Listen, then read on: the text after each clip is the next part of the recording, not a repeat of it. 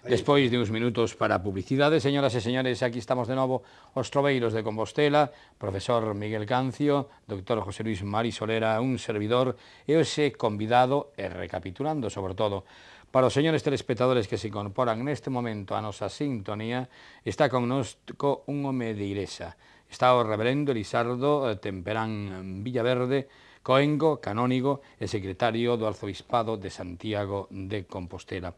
Estamos falando, señoras e señores, de un acto solemno, moi solemne, que houbo esta semana pasada na Catedral Basílica. Xa comentamos fai un anaco que precisamente unha delegación de Cracovia, en Polonia, entregou unha reliquia do beato Juan Pablo II. Pero hai algo certamente importante en relación a este tema que aínda non falamos e naturalmente convén conversalo porque ademais temos imaxes deses momentos, non? Ese mesmo día, era o serán, me parece que era o martes, se inaugurou unha escultura, por certo, obra dun artista galego, José Morales. Ven a ser un relieve en bronce coas efixies dos dous papas, non é así, Elisardo? Juan Pablo II, Benedito XVI. Certo, foi xa desde fai tempo viñamos falando un pouquiño de ter algún placa ou algún monumento conmemorativo dentro da catedral. Había unha placa, que todos recordades, na cripta dos restos do apóstol, donde se recorda o viaxe de Juan Pablo II e as súas palabras naquel acto europeísta. Pero queríamos de alguna forma recordar tamén a Benedito XVI. Entonces, entre proxectos que se foron estudiando, contactouse con José Morales, el fixo un presupuesto e máis un proxecto, gustounos e lanzámonos. Entón, despois de pedir todos os permisos ordinarios, tamén se pensou a ver onde se colocaba, porque ese era outro problema dentro da catedral. En esa inmensidade. Claro, non, pero con todos os problemas. Por que se eligió la capilla de Santiago Caballero? Me parece que es, ¿no? Bueno, todo era moi sencillo. Había allí un vano encima que estaba vacío. Valeiro, sí. Entón, dixemos, nada, pois o mellor é nese... Hai outros posibles lugares, non? Tamén se pensa, por exemplo, o deán don José María ten un proxecto moi bonito que sería facer un listado dos santos peregrinos que chegaran a Santiago, entón xa hai máis ou menos un proxecto tamén pensado, non? É unha cousa que lle ilusiona moito e que conectamos todos con eso, non? Entonces, adiante, lanzámonos e puxemos como meta precisamente este sábado, día 10. Bueno, a data concreta era o día 9, pero o día 9 era un venres, era un pouquiño difícil, un pouco para... Entón, xa pensamos no 10. Foi o sábado, sí. Entón, invitouse, en principio, o cardenal de Cracovia, que foi secretario de Juan Pablo II durante todo o seu papado, non? Pero el non podía por problemas de axenda, entonces delegou nun obispo auxiliar. Por certo, permítame un pouco que personalice en mí en este momento, compañeiros.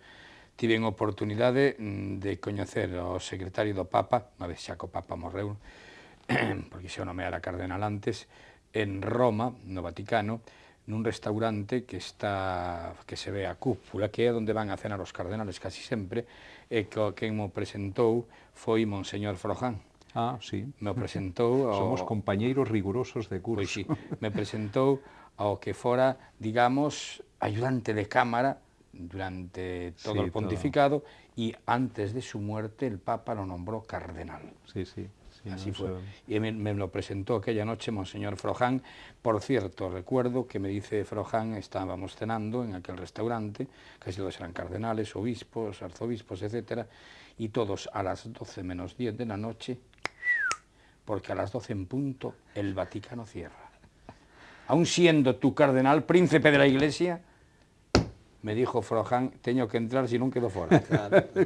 Sí, a las 12 en punto tenían que entrar. Perdón, esta anécdota que es muy curiosa. Pues, hombre, es muy bonito. Nosotros teníamos mucha ilusión de que él viniese y había manifestado en algún momento la posibilidad de venir. Por cierto que allí también en Cracovia han celebrado este momento pues con diversos actos también culturales. ¿Y el obispo era de origen asiático o era polaco? Parecía... No, es polaco. Sí, parecía asiático. Sí, pero es polaco, es historiador. Los otros sí que eran claramente eslavos, aquel que habló sí, con aquella no fuerza. podía negar. Bueno, el discurso de aquel polaco fue maravilloso, el que habló en Sí, español fue impresionante. Sí, sí. Y que leyó allí unos fragmentos polacos, me recordaba la voz del Papa. Si era un sacerdote. De Juan Pablo II el Beato. Vino algún sacerdote de una ciudad que se llama Santiago, Jacuba, ¿no? Sí, sí. Es el párroco de la parroquia de Santiago en la ciudad de Santiago de Polonia. O sea que también lo que es admirable es en este momento el conocimiento y al mismo tiempo el amor que tienen al camino de Santiago, que lo han recuperado sobre todo en el norte, por la ciudad de Toruń, y en el sur. Muchos polacos. Sí, a lo largo del año, hombre, han pasado pues muchísimos de muchos países. Pero este año es admirable la cantidad de polacos que han pasado, muchos. Es decir, una cosa que nos quedamos desconcertados. Claro, es cierto que es un polo de atracción Fátima y Lourdes. Entonces vienen a Fátima, pasan por Santiago, camino de Lourdes, o al revés. Vienen a Lourdes, pasan por Santiago. Polonia es el país, la nación europea de más creyentes y de más activos. Sí, y además fueron unos creyentes activos triunfantes, porque vencieron después de aquella represión brutal, asesina y criminal que sufrieron, y después con Juan Pablo II. Entonces vi aquel discurso que leyó aquel polaco en español y en polaco fue impresionante en la catedral.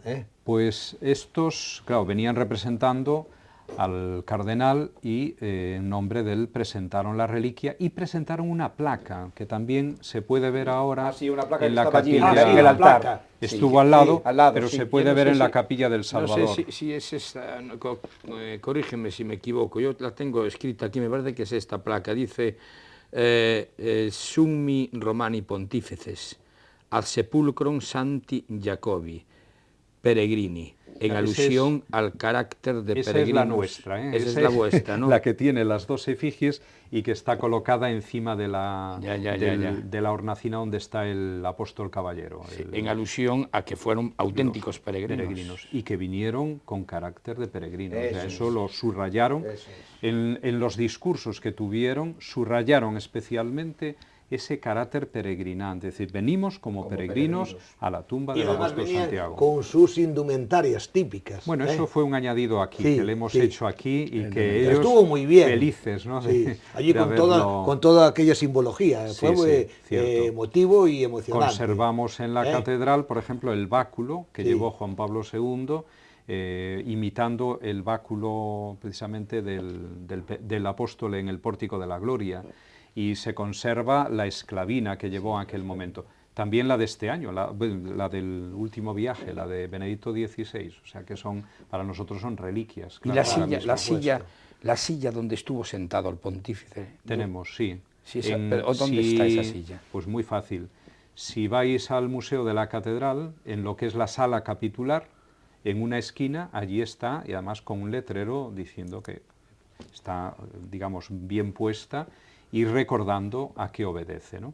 Y luego tenemos las otras, la que estuvo en el Monte del Gozo, esa la tenemos en el Palacio Arzobispal, y la que estuvo en el Obradoiro de Benedicto XVI, la tenemos también en el Palacio Arzobispal. Y don Elisardo, creo que esta inauguración para conmemorar esos hechos tan importantes se inscriben en una serie de actos que van a tener lugar. ¿Podría usted comentaros y explicar cuál es su significado? ¿Qué se busca con toda esta serie de iniciativas? Porque eso tienen una repercusión pública que yo creo que hay que señalar desde el punto de vista de la Iglesia Católica y en este caso de la de Santiago de Compostela. Sí, va a haber dos actos que son dos actos académicos, podríamos decir, ¿no? Queríamos completar, digamos, la celebración solemne en la catedral con dos actos ya más abiertos al público en general, que serán en Cervantes, en el auditorium de Caixanova. Y uno va a ser una mesa redonda sobre el acto europeísta, donde entre otros va a participar el director del Observatorio Romano. Me parece que tenías por ahí su nombre. Sí, Giovanni Maria Bian. Sí. Bian. Bien, ese uno. Y otro con las imágenes. Hemos recuperado las imágenes de la televisión española que nos las ceden generosamente para este acto y entonces las proyectaremos y luego sobre ello habrá una mesa redonda con varios... Que interviene nuestro amigo Marcelino Agís. Entre otros, pues sí, estará él catedrático también, de filosofía. Y estos son dos actos ya más abiertos al público, martes 20 y martes 27 de este mes. A las 8 de la tarde. A las 8 de la tarde, ahí en este auditorio. Abierto al público. Todo el mundo. Seguimos efectivamente con nuestro convidado Elisardo Temperán Villaverde, nuestros colaboradores Miguel Cancio y profesor Mari Solera.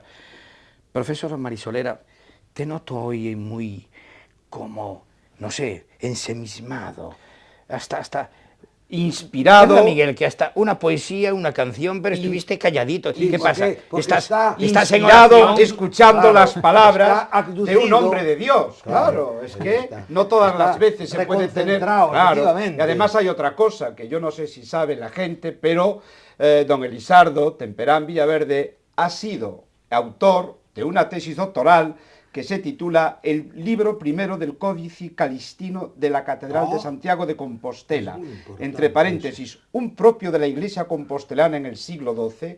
Entonces, eso una que no se sabe mucho, y otra que antes comentábamos aquí en plató, ¿hasta cuándo? Se le había preguntado una vez a don Julián Barrio un día en este plató, ¿hasta cuándo un obispo auxiliar? Y yo me voy a permitir hacer esa pregunta antes de que la hagas tú.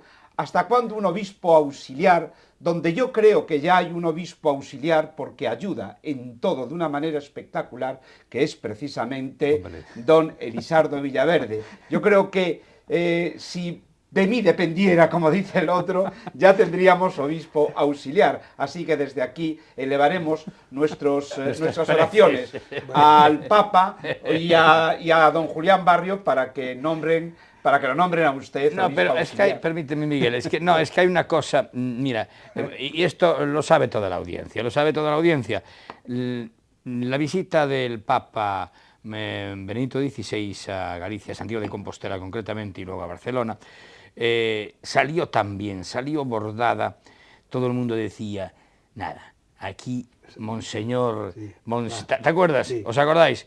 Aquí Monseñor Julián Barrio se ganó el cardenalato, pero si no por lo menos un obispo auxiliar. Nin temos cardenal, nin temos obispo auxiliar. Vamos a ver, sinceramente, don Elisardo Temperán Villaverde, la tienen emprendida con nosotros, porque Santiago es sede cardenalicia. Ya lo sé.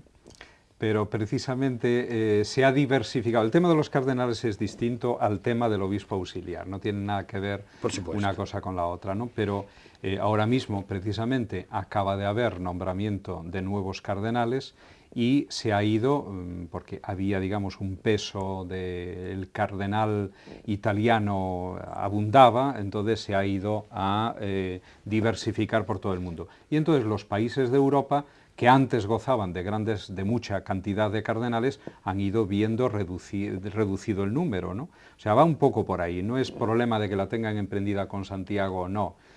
Lo mismo que le pasa a Santiago le pasa a otras ciudades que antes tenían cardenal y ahora no lo tienen, ¿no? Por cierto, ¿qué tal se le van o cardenal don Antonio María Rouco Varela y Monseñor don Julián Barrio? ¿Hay comunión de ideas o hay algo...? Bueno, el tema de las ideas no sé, pero yo creo que el cardenal Rouco Varela con el Papa, yo los vi en Roma juntos, muy cerquita, estudiado allí, cuando fuimos con la Camino de Santiago, el cardenal Rouco estudió en Alemania. Y vi que el cardenal Rouco con el Papa tiene mucha sintonía, ¿eh? Sí, no, yo creo que sí.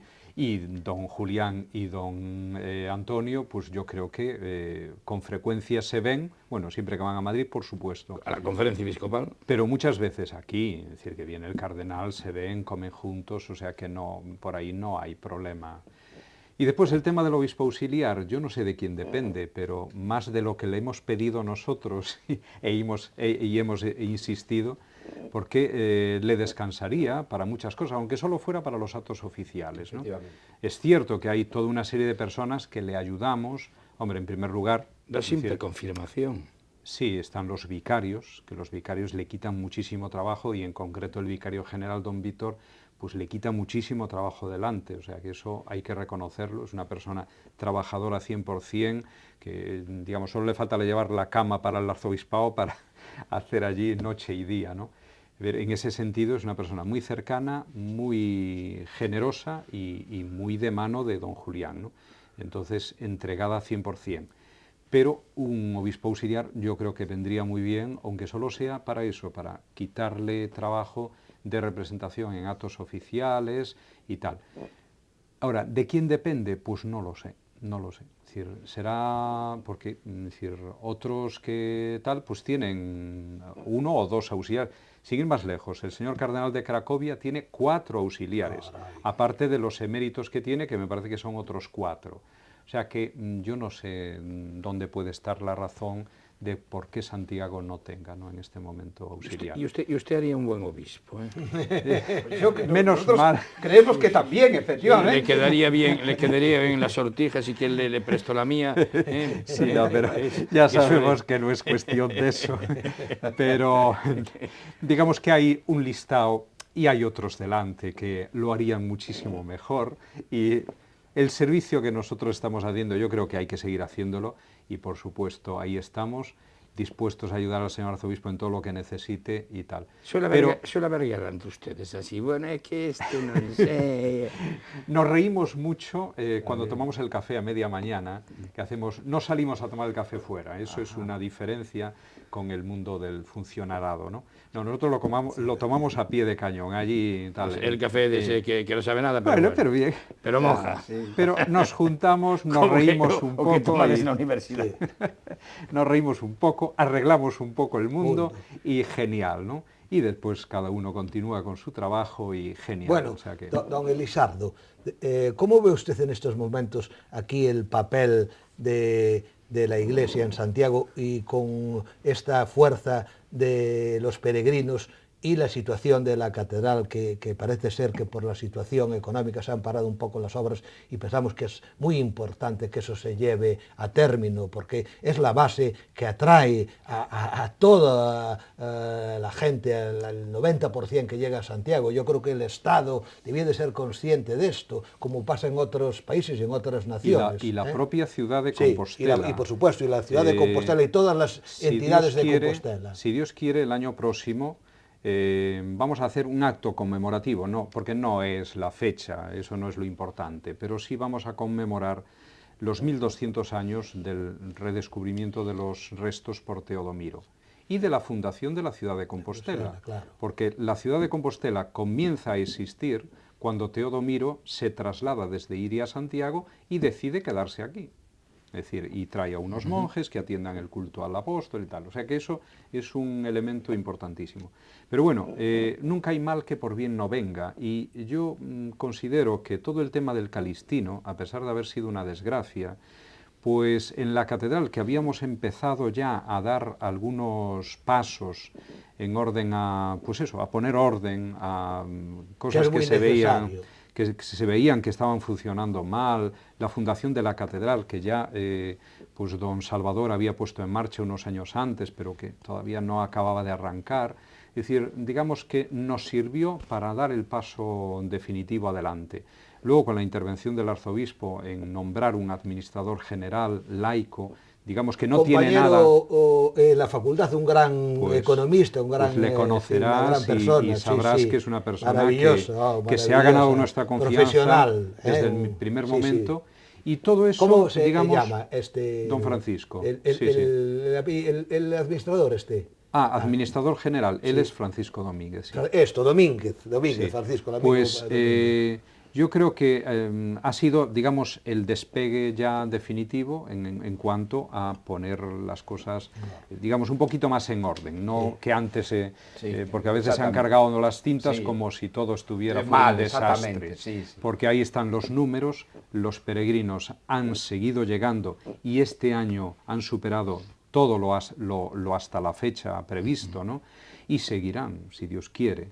Entonces, desde la catedral siempre se han atendido, y lo fundamental de la catedral es la atención al culto, a los peregrinos, su acogida, y todo eso ha funcionado y seguirá funcionando. Y estamos empeñados en que siga funcionando. Y que tengamos una catedral de Santiago como la de Roma, que sea así, hombre, y que todos se vuelquen. Cada uno a su nivel, pero acabando con las humedades y con bueno, el techo estamos y en todo. ello. En este se momento, va a conseguir, ¿no? en este momento miro el reloj, se nos va la hora. Se nos va la hora. Pues, nuestra realizadora Iria ya nos dio los 2 minutos de gracia. Señoras y señores, programa ciertamente interesante que yo creo que merece una segunda parte. Don Elisardo. Por eso, tiene que volver pues, aquí. don Elisardo y... Temperán Villaverde, ya ve que no comemos Seguiremos a nadie, hablando de la catedral. que hay mucha gente que dice, eu teño medo ir a ver que nos van a preguntar. Ya ven que las preguntas son todas de andar por casa. Lo único que yo puedo preguntarle para despedir el programa simplemente es hacerle la pregunta: ¿quién es su santo de devoción? ¿A quién reza usted todas las noches, reverendo? Hombre, por supuesto a nuestra Madre Santísima, la Virgen, a quien no, y al apóstol Santiago, a los dos los menciono todos los días en la Santa Misa, ¿no? Mira qué bonito. Muy bien, Así que, muy bien.